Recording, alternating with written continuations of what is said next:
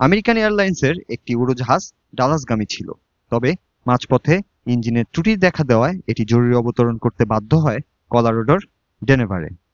অবতরণের পরপরই উড়োজাহাজটিতে আগুন ধরে যায়। বিমানবন্দরের রানওয়েতে দাঁড়িয়ে থাকা অবস্থায় উড়োজাহাজের কেবিন ধোঁয়ায় ভরে যায়। যাত্রীরা দ্রুত নিরাপদে বের হওয়ার চেষ্টা করেন। অনেকে উইং বা ডানায় আশ্রয় নেন। ধোঁয়া চারপাশে ছড়িয়ে পড়ছিল। উড়োজাহাজে মোট 172 জন যাত্রী ছিলেন, যার মধ্যে 6 জন ক্রু সদস্য।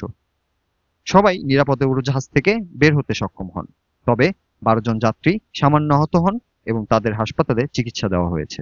বিমানবন্দরের উদ্ধারকর্মীরা দ্রুত ঘটনাস্থলে পৌঁছে আগুন নিয়ন্ত্রণে আনে এবং যাত্রীদের নিরাপদ স্থানে সরিয়ে নেয়।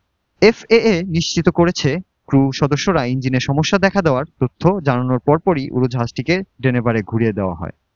এখন তদন্ত চলছে কিভাবে এই দুর্ঘটনা ঘটল এবং ভবিষ্যতে এমন পরিস্থিতি এড়াতে কি ব্যবস্থা নেওয়া হবে। অল্পের জন্য রক্ষা পেলেন 172 জন যাত্রী। এই ঘটনা আবারও আকাশপথের অনিশ্চয়তা ও নিরাপত্তার গুরুত্বকে সামনে নিয়ে এসেছে।